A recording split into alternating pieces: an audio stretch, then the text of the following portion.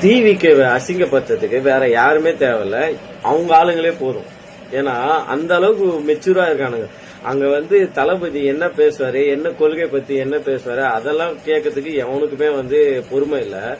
இங்க பாருங்க, இந்த பொண்ணு கூட சேர்ந்து எல்லாருமே வந்து செல்ஃபி எடுத்துன்னு இருக்காங்க. இது என்ன அப்படின்னா உலக சாதனை பண்ணிச்சு, ஒன்னும் கிடையாது. ஆபாசமா வீடியோ போடும், அவ்வளவுதான். வேற எது மயிரும் தெரியாது அதுக்கு. அதுகிட்ட போய் நின்றுட்டு இவனுங்க வந்து செல்ஃபி பூச்சினுக்கிறானுங்க. இவனுங்களை நம்பி எப்படி வந்து எல்லாரும் வந்து ஓட்டு போடுவானுங்க?